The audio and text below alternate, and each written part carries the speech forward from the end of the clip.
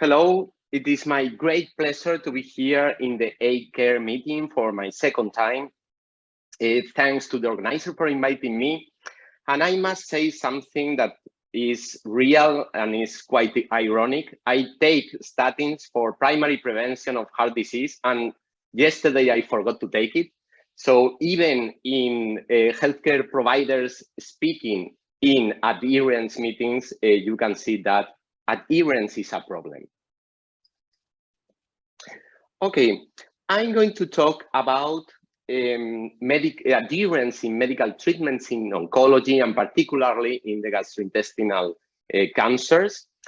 In the past decades, we have witnessed a great change in medical treatments in oncology. As you all know, in the past, it was based on intravenous chemotherapy. Drugs were provided by the healthcare facilities, administered in healthcare facilities that aid the patients to have the medication. There were frequent and intense adverse events with low efficacy and progressive disease symptoms in many cancers. But currently, we are witnessing a frequent use of oral and subcutaneous drugs, the drugs are acquired by the patient, administered by the patient. Some drugs have few adverse events, and this is all associated with high efficacy. And cancer is seen now in many cases as a chronic disease. And the paradox is that this is leading to decreased adherence to these medications. Talking about the studies addressing, describing adherence in oral oncological treatments, these are very heterogeneous studies. And this is a problem because they have different samples, type and size, different assessment methods for adherence, different definitions of adherence, different types of drugs. It's not the same hormonal therapy, chemotherapy, immunotherapy, and different healthcare system. And it has been described that up to 1/3 of the studies addressing adherence in cancer treatments had high risk of bias. Which is the adherence in oral oncological treatment? This has been described that in endocrine treatments like breast or prostate cancer, at the first week is 12%, at 6 months, 15%, in 1 year, up to 40%, at 5 years, up to 50%. And in non-endocrine antineoplastic drugs, baseline is up to 36%, which is a lot, and at 1 year is 41%. What are the risk factors for non-adherence to oral antineoplastic therapies? As I commented before, there are different studies, very heterogeneous, so there is some contradictory data regarding risk factors. Some studies regarding demographic factors showed that younger patients had decreased adherence, others older, male, female, black, white, not married, no partner, living alone. There are differences between different studies, but less education, employment status, and lower annual income or financial status are more robust risk factors for decreased adherence.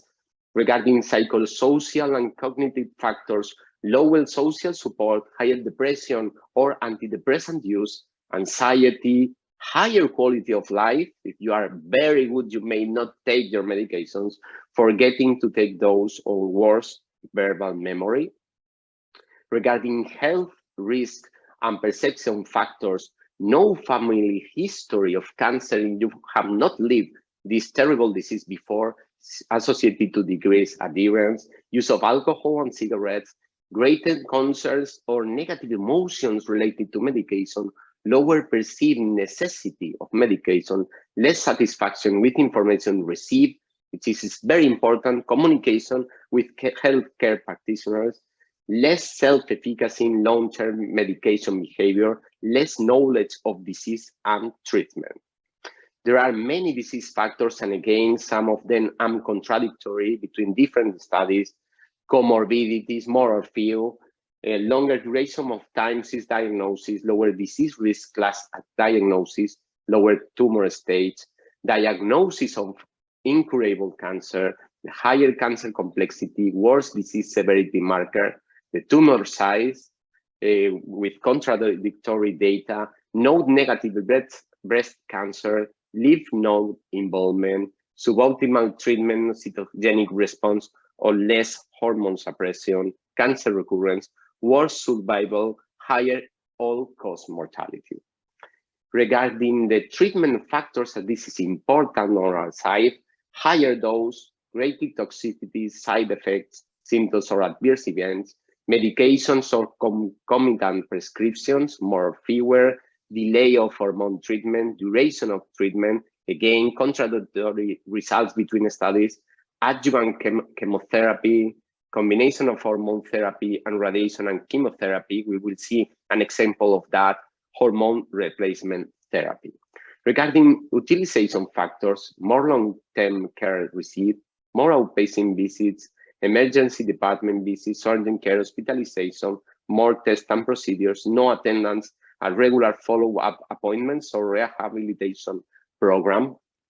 And well, there are more treatment factors like not signal, less frequent and poor communication with oncology. That's very important, more consultations or visits, shorter duration of visits, having a doctor with more years of professional experience.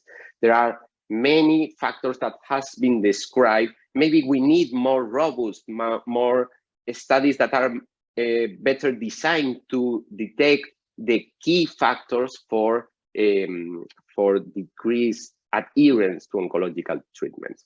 And we are now going to focus briefly on gastrointestinal oncology and adherence. And this is a nice example of toxicity and adherence.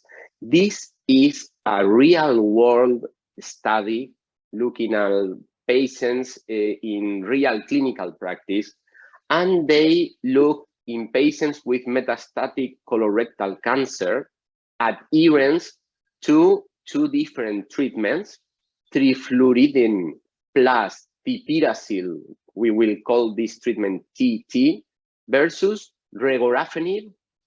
You must know that TT has better tolerance, so adherence was better in TT treatment with better medication possession ratio, with better proportions of day covered. Patients persisted having good adherence to the treatment more frequently in the TT treatment, and discontinuation was less frequent in TT, which was better tolerated. We must know that it's not the same, the setting, the scenario of a randomized controlled trial where all the patients are very tightly monitored, and real clinical practice and data on real clinical practice adherence must be indeed taken into account. What about adherence to oral chemotherapy medications among gastrointestinal cancer patients? This is a nice study from Japan, and they describe adherence in 117 patients with gastrointestinal cancer. Only 56% of them had good medication adherence, with MACE very, very high for patients receiving treatment for cancer, such an important disease with such a classical bad prognosis. A great paradox. And the factors associated to not adherence were a history of patient-caused treatment interruptions due to worsening of symptoms, diarrhea, pain, taking oral chemo every 8 hours, a diminished sense of priority for medication. This is another study in which we can see the association of treatment adherence with oncologic outcomes, which in fact are the important outcomes for our patients.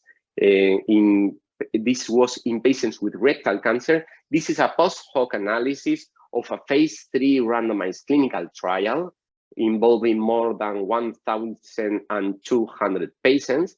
There were two groups, with and without oxaliplatin.